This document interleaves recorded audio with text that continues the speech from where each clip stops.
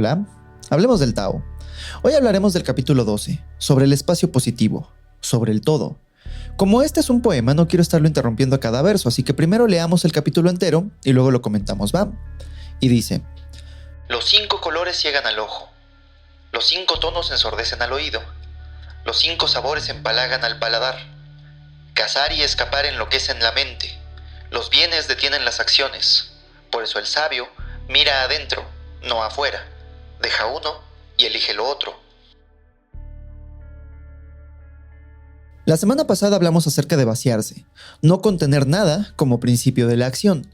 Hoy Lao Tse explora el concepto contrario, contenerlo todo. ¿Y qué es el todo? Pues mira, tan limitados son nuestros finitos cuerpos de chango que no alcanzan a contenerlo todo en una sola oración. Por eso el Tao que puede ser nombrado no es el verdadero Tao.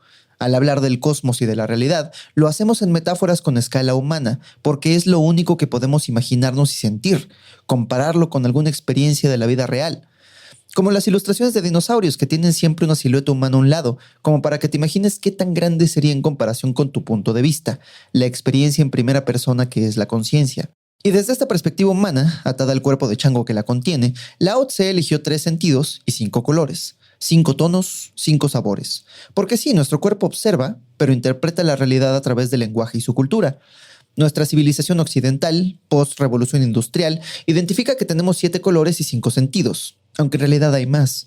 Pero esos números son más o menos arbitrarios. Por ejemplo, los colores. La teoría moderna del color es una idea de Isaac Newton, que era cristiano, y en la Biblia el número 7 es considerado como un número sagrado, y aparece siempre que hablamos de la perfección, la totalidad o la completitud. Por eso tenía sentido que para Isaac Newton, la luz blanca, tras pasarla por un prisma, se dividiera en 7 colores. Otro ejemplo de cómo interpretamos la realidad a través del símbolo que le asignamos, porque Newton no estaba viendo 7 colores. Sus ojos le arrojaban al cerebro las señales de un degradado continuo que luego él dividió en líneas arbitrarias. Ciertamente, la parte amarilla del degradado se ve distinta de la parte azul, pero en medio no hay una línea definitiva, sino un degradado con infinitas variaciones del verde. Y entre el amarillo y el rojo, infinitas variaciones del naranja. Y si nos alejamos en esa misma dirección del espectro electromagnético, encontramos el violeta, como un moradito, que se oscurece hasta llegar a ver, adivina. Tú dirías que al azul, pero no, señor. Para que veas lo arbitrario del número bíblico, entre el azul y el morado hay un degradado un poco más azul que el morado, al que Isaac Newton le llamó índigo, porque con los 3 colores primarios y sus 3 combinaciones, Aún le hacía falta un color para tener los 7 y que coincidiera con la Biblia.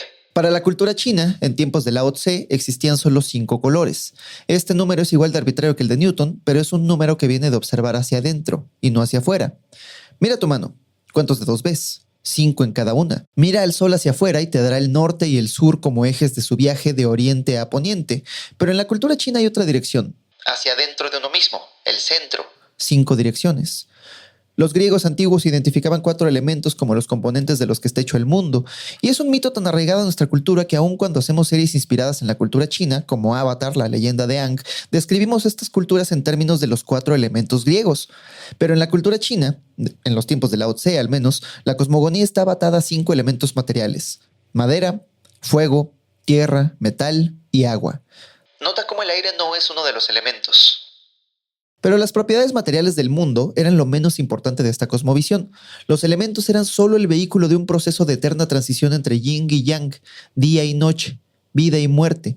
Un proceso dividido en 5 fases que, como los puntos cardinales, son los 2 extremos del mundo, más sus puntos medios, más el centro. Para entender el sistema de colores en el que pensaba Lao Tse, basta con mirar al cielo. Comienza desde el negro. El color del agua y de la noche, fría como el norte de China, se asocia con la energía conservadora y el invierno, que es la noche del planeta. Es cuando no hay vida en los cultivos y los humanos descansan, los ejércitos acampan. El negro es muerte. Pero entre la oscuridad del negro surge la luz del oriente, azul como la primera luz del alba, el color de la madera. Oficialmente la madera es uno de los elementos, pero no te imagines una tabla de madera muerta. Este azul matutino del ojo es el color de la materia vegetal, plantas que van desde el verde del pasto y sus tallos, a través de sus pálidos aguamarinas de bulbito a punto de florecer, hasta el azul intenso de la flor que apunta hacia el cielo. El color de la primera luz se asociaba con la energía generativa. Es el color de la primavera, cuando las semillas en el cultivo daban sus primeros brotecitos y el viento sopla más fuerte y el mundo entero parece estar despertando de su letargo invernal. Primavera es cuando la nieve se derretía, los ríos fluían y los ejércitos podían volver a marchar. El azul y verde es nacimiento. Esta primera luz del alba da paso al rojo amanecer. Rojo, color del fuego, es el color del caluroso verano en el hemisferio norte y del clima cálido al sur de China. Se asociaba con la energía expansiva de las plantas que comienzan a crecer y a tomar forma. Quizá no sea coincidencia que la cultura china haya asociado este color al planeta que los griegos llamaban Marte, como su dios de la guerra, pues es la temporada en la que los ejércitos peleaban más batallas. El rojo es sangre y crecimiento.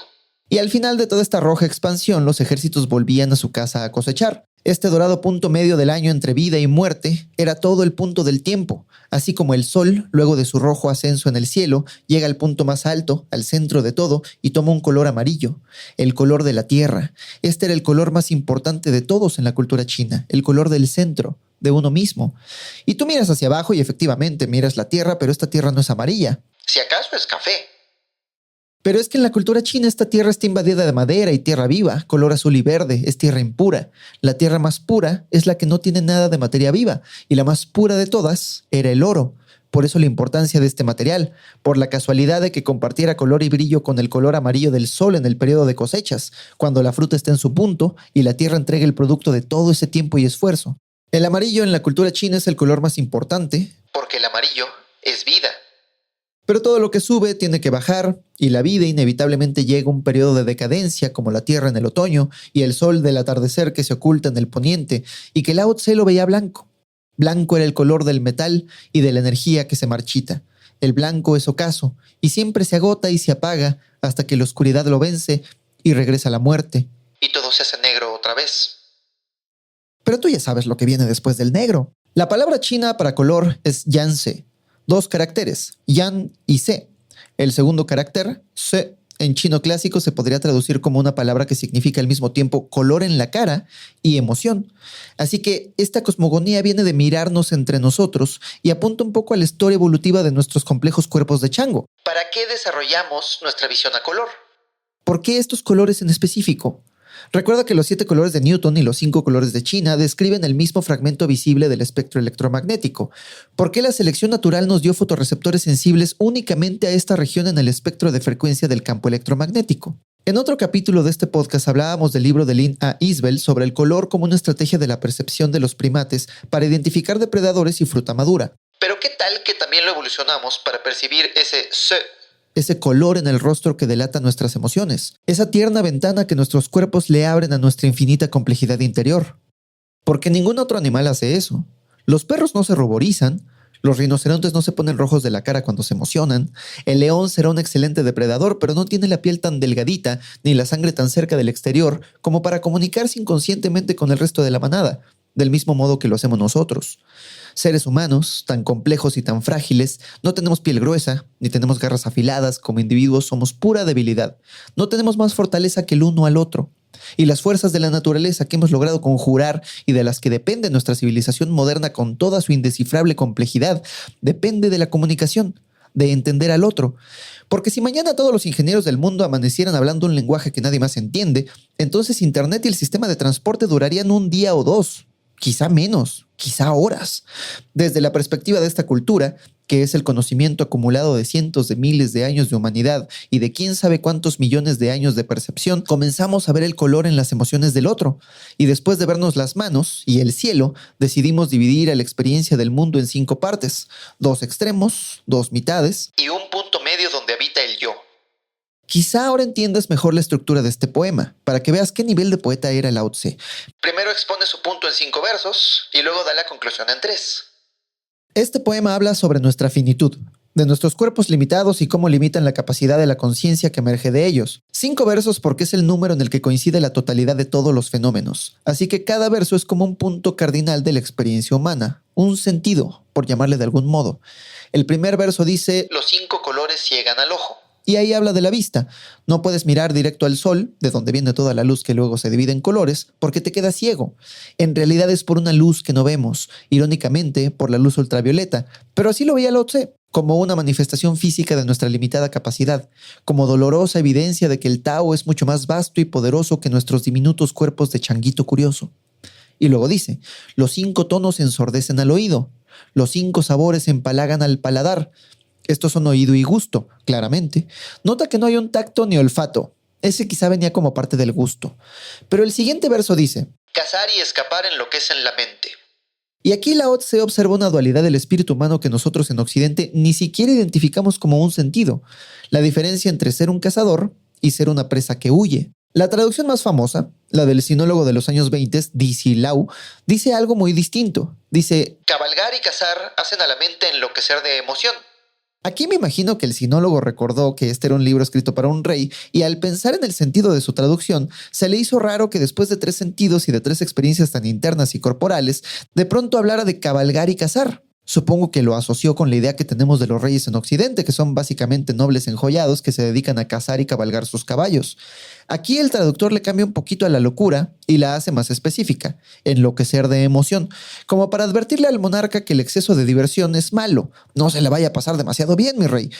El orientalista y sinólogo Arthur Wallis, en su traducción parece haber llegado a la misma conclusión, y él sí de plano dice, el exceso de cacería y carrera hacen a la mente enloquecer. El exceso se lo habrá sacado de su Biblia, es una licencia poética, porque no dice nada de eso en la traducción literal. La traducción literal se parece mucho a la mayoría de las traducciones. Cazar y correr enloquecen la mente. Recuerda que este poema trata acerca de la imposibilidad del cuerpo humano de contenerlo todo al mismo tiempo. En este caso, ese todo es la dualidad del corazón humano, correr o pelear, cazador o presa.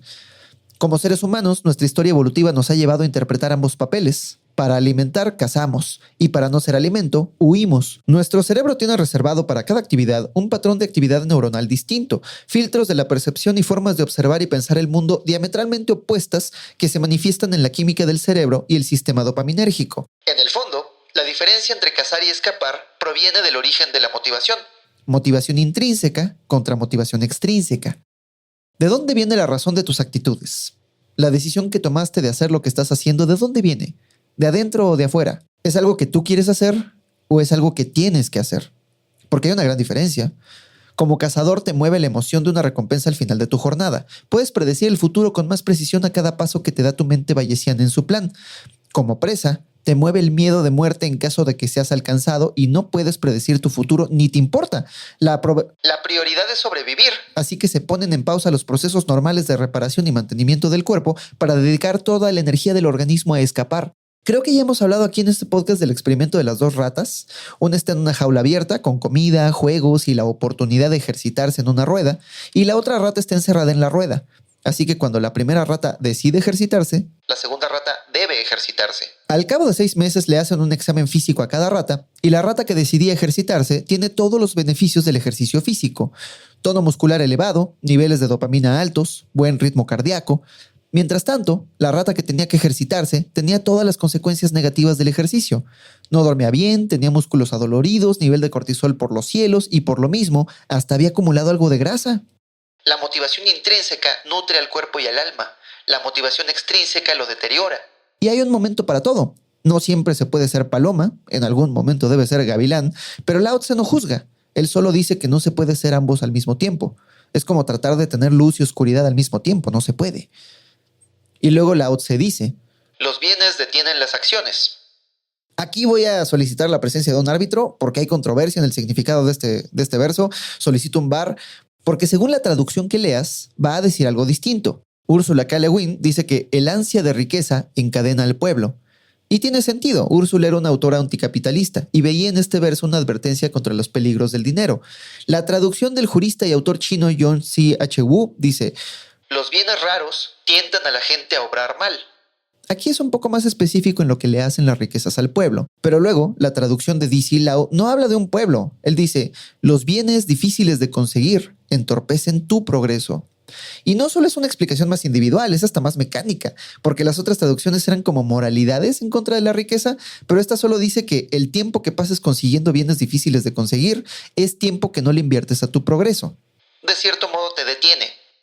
El erudito y maestro Wincy Chan dice algo muy similar en su traducción.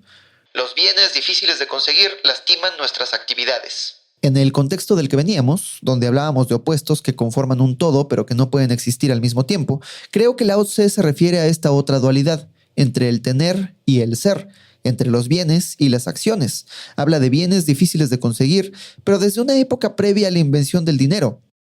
No se refiere a objetos de lujo que puedas comprar, no es hiperconsumismo. En una sociedad de honor y vergüenza, como la de China en el periodo de los reinos guerreros, hay solo dos formas de obtener objetos raros: ganarlos en combate o que los fabrique para ti un artesano. Pero aun cuando ya tienes el objeto, lo que posees te posee.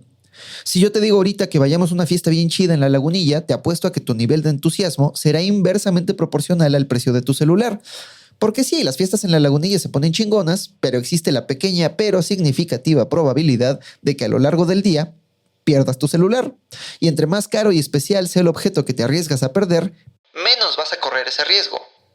y la vida se trata de riesgo. Si la conciencia de la que emergemos es el resultado de un proceso de inferencia activa por parte de nuestras mentes bayesianas, parte de la inferencia activa del proceso bayesiano es recabar más evidencia de nuestras predicciones previas, y para eso hay que ponerlas a prueba contra la realidad, actuar nuestras predicciones del mundo contra el mundo mismo para ver cuáles viven y cuáles mueren. Por eso siempre va a ser un riesgo, como dijo el Crucito. La vida es un riesgo, carnal. Los objetos materiales te impiden tomar ese riesgo. Y fíjate, irónicamente, te impone el otro riesgo de que otras personas que quieran ese objeto para sí mismas te lo quiten de forma violenta. Así que ahora, en lugar de tus acciones, lo que tú quieres hacer, tienes que tomar acciones para proteger tu propiedad. Eres esclavo de tu propiedad. Lo que posees, te posee. Hablamos de objetos, como hablamos de una corona, una medalla. El objeto aquí es testimonio físico de una acción pasada, por lo que es el completo opuesto de las acciones presentes, de las que quedarán objetos como evidencia en el futuro. Básicamente, Lao Tse lo que dice aquí es que no puedes correr una carrera de 100 metros con la medalla puesta, pues de los resultados de esta carrera es que se decidirá el número de esta medalla. Por eso los bienes detienen las acciones. Porque hasta son caras opuestas de la realidad. Eso dice la primera parte del poema. Los 5 colores ciegan al ojo. Los 5 tonos ensordecen al oído. Los 5 sabores empalagan al paladar. Cazar y escapar enloquecen la mente. Los bienes detienen las acciones. 5 sentidos: vista, oído, gusto, instinto y materialidad. O tacto. Si le quieres llamar de algún modo. Los 5 son evidencia de nuestra limitada percepción, con la que tratamos de navegar el infinito. Y la segunda parte dice: por eso el sabio mira adentro, no afuera. Deja uno y elige lo otro. Aquí debo admitir que el que se dio una licencia poética fui yo. La mayoría de las traducciones dicen algo así como: el sabio considera el vientre y no el ojo. Escucha al vientre y no al ojo. Solo el autor Derek Lin, en su traducción anotada, dice que se ocupa del vientre y no del ojo. Que me parece un juego de palabras interesante, porque el vientre significa al mismo tiempo intuición y alimento. Y el ojo es al mismo tiempo percepción y apariencias. El sabio mira su intuición antes que a su percepción y se encarga de lo esencial, como el alimento, antes de las apariencias. El argumento de Lao Tse es muy simple. La razón que interpreta el mundo exterior es imperfecta y está incompleta. No es un modelo fiel de la realidad, pero el vientre, que es de donde vive la intuición, nunca se equivoca.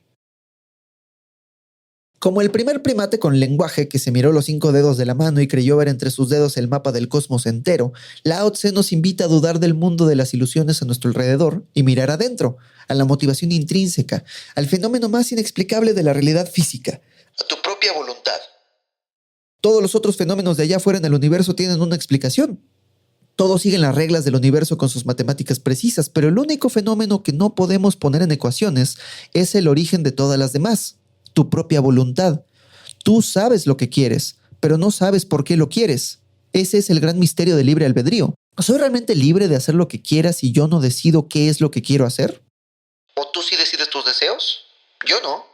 Los deseos, como los pensamientos y las emociones, me suceden. Son resultado de las interacciones inconscientes de mi cuerpo con el mundo y sus circunstancias. El mundo me ocurre y yo le ocurro al mundo en medida de qué tan constantes y acertadas sean mis predicciones de la realidad. El mundo con el que interactúo es en su mayoría la sociedad humana, con sus escenarios simbólicos, pero la humanidad coevolucionó junto a los otros ecosistemas que le rodean y le alimentan. Este planeta, durante miles de millones de años, moldeó nuestros cuerpos y sus mecanismos de respuesta al azar vertiginoso en el que se convirtió la realidad. Pero a su vez, este planeta solía ser un montón de nebulosas agolpadas por la gravedad en una bola de materia incandescente, y todas esas nebulosas venían del interior de alguna estrella muerta, estrellas que a su vez acumulaban materia y ardían hasta estallar durante generaciones, condensando en sus interiores elementos cada vez más complejos y pesados. Desde tiempos de las primeras estrellas, cuando solo existían estrellas de helio e hidrógeno, que fueron los elementos que quedaron después de la gran aniquilación de materia y antimateria que procedió del Big Bang. Así que, cuando rastreo de dónde vienen mis respuestas inconscientes al universo, pues me doy cuenta de que vienen del universo mismo. Mi instinto es la voluntad del cosmos hecha carne, y mi razón, este yo que me habito y que me siento ser en primera persona, bueno, ese es el gran misterio, ¿no? ¿Quién será esa mente que se cree pensar? ¿No será solo otro pensamiento? Esto mismo pensaba Friedrich Nietzsche. En su libro Más allá del bien y el mal, él habla de una voluntad de poder que no solo se extiende a los seres humanos o a los seres vivos, sino que es una característica del mundo físico en general. Según Nietzsche, el cosmos y todas sus partes tienden a querer más poder, poder para hacerse más. Poder para hacer más. Por eso la materia se organiza en formas cada vez más complejas y que cada vez pueden hacer más cosas, porque con más poder puedes alterar más tu ecosistema y adecuarlo a tus necesidades, lo que aumenta tus probabilidades de sobrevivir y reproducirte, que al final es lo único que quiere la materia viva, poder más. Nietzsche estaba loquito, por eso dice que nuestros sistemas de moral son mentiras innecesarias con las que los esclavos lidian con su propia opresión. Por eso nadie lo invitaba a fiestas. Pero el mensaje detrás de su locura era que la razón está hecha de rituales simbólicos que no se corresponden con la realidad. Y la razón es muy joven, comparada con el instinto y esta voluntad de poder que nos conecta con la naturaleza y el cosmos, y que durante millones de años mantuvo vivos a nuestros ancestros y que hoy habita en nuestro cuerpo. Si tan solo supiéramos escuchar al inconsciente y habitáramos más desde nuestro instinto, decía Nietzsche, podríamos regresar a una moralidad más humana, una forma de sociedad más alineada con las necesidades reales de nuestra especie. Lao Tse no hablaba de un hubiera. Lao Tse dice que ya lo estamos haciendo. Así como tu cuerpo adopta la forma de tu estilo de vida, nuestro sistema de moralidad responde a cómo vivimos. Es solo otra percepción. Una ilusión de nuestro tiempo. Una ilusión de nuestro tiempo, lenguaje y sentidos, pero la verdad solo se conoce en silencio. Este momento que experimentas a través de tus sentidos no cabe en palabras. Por eso dice, deja uno y elige lo otro. No significa que el maestro elija la intuición todas las veces y haga a un lado la razón siempre. Ambas tienen un papel que jugar en nuestra vida. El cierre aplica para cada verso del poema. Al no poder observar los 5 colores, el maestro deja el todo y elige uno. Para saborear, elige uno de los otros colores. Para escuchar, escoge uno de los tonos.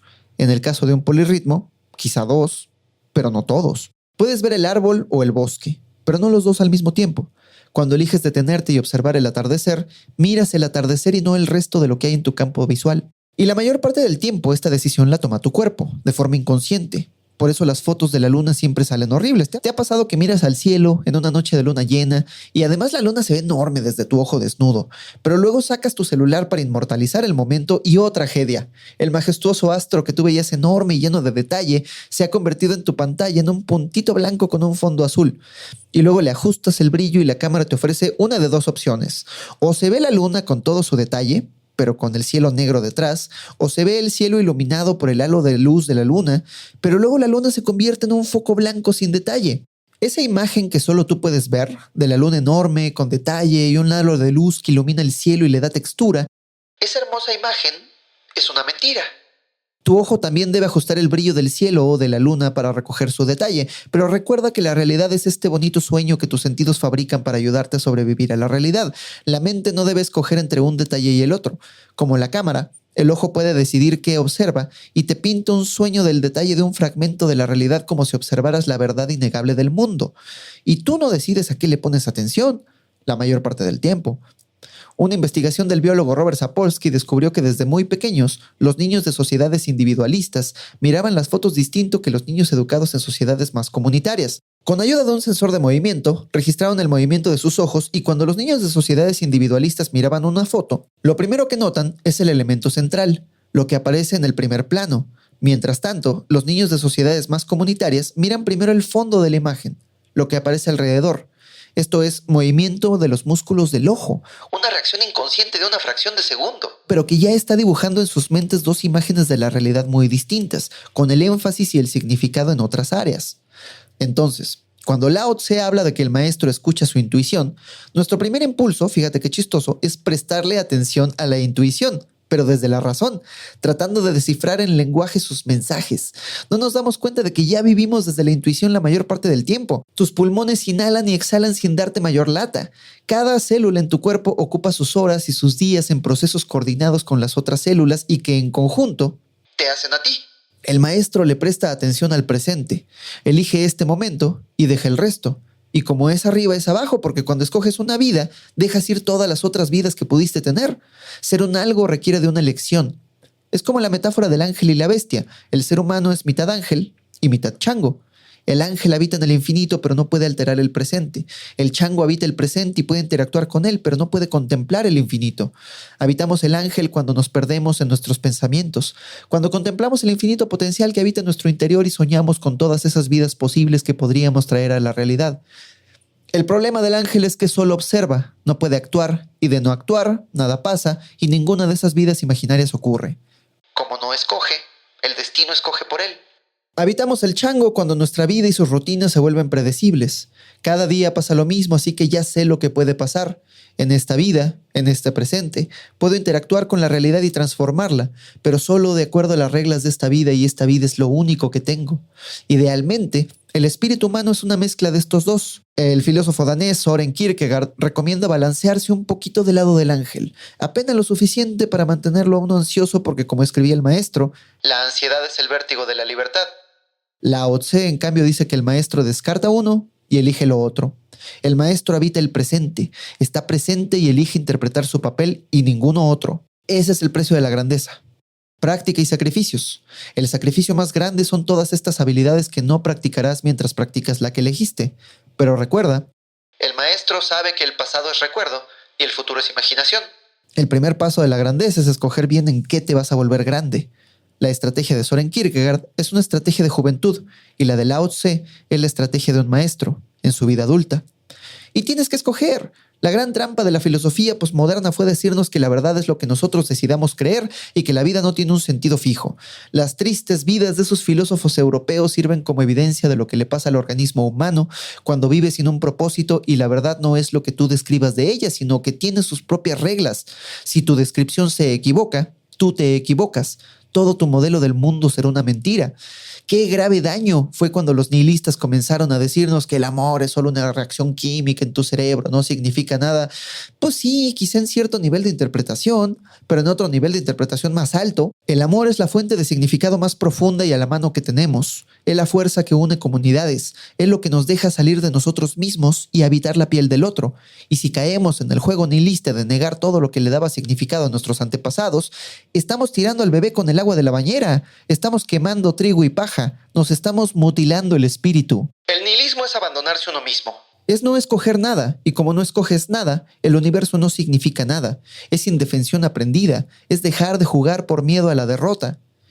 Necesitas un significado, una luz que le dé sentido a la experiencia consciente y para hacerlo, debes escoger un cachito del todo. Hacer finito lo infinito. Es un sacrificio. Elige con cuidado. Recuerda que esta es tu única oportunidad de ser un humano en el planeta Tierra, que si bien es una ilusión de lenguaje y tus sentidos, sigue siendo un espectáculo sin igual. Escuchémonos la próxima semana, cuando hablaremos sobre la vergüenza, sobre cómo enfrentar la desgracia y cómo desde este diagnóstico del alma, Lao Tse deduce un sistema de gobierno justo. Por fin veremos por qué este libro es un libro escrito para gobernar. Pero hasta la próxima semana. Mientras tanto, recuerda que en la ontología fundamental del universo solo existe la función de onda. Todo lo demás es metáfora, como estas palabras, que son solo un dedo apuntando hacia la luna. Si te le quedas viendo al dedo, jamás vas a ver la luna. Muchas gracias.